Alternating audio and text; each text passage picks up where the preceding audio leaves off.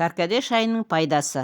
Каркаде шайы қызыл түсті, қышқыл дәмі бар сусын. Ол гибискус деп аталатын өсімдіктің кептірілген күлтелерінен дайындалады. Қан қысымын реттейді. Каркаде қан қысымын табиғи жолмен төмендетуге көмектесетін сирек шөптердің бірі. Оның құрамындағы антиоксиданттар қан тамырларын кеңейтіп, айналымды жақсартады. Жоғары қан қысымы бар адамдарға күніне 1 кесе ішу ұсынылады. Жүрекке пайдалы. Бұл шай холестерин деңгейін төмендетіп, қан айналымын жақсартады. Ол жүрек қан тамыр жүйесінің жұмысына оң әсер етеді және инфаркт, инсульт сынды қауіптің алдын алады.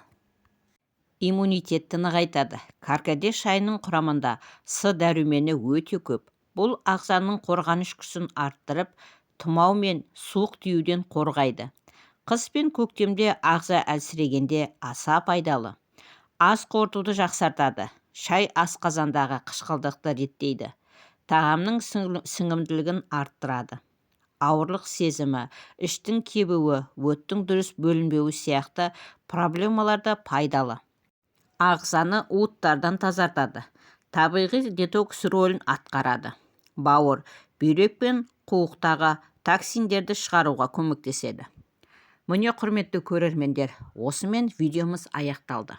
Егер видеомызды пайдалы болды деп тапсаңыздар, арнаға тіркеліп, лайк басып, пікір қалдырып, қоңыраушаны баса кетуді ұмытпаңыздар. Сіздердің болмашы, оп-оңай ғана әрекеттеріңіз біз үшін өте маңызды. Келесі видеода кездескенше аман сау болыңыздар. Дендеріңіз сау болсын. Ақпаратымыз пайдаларыңызға жарасын.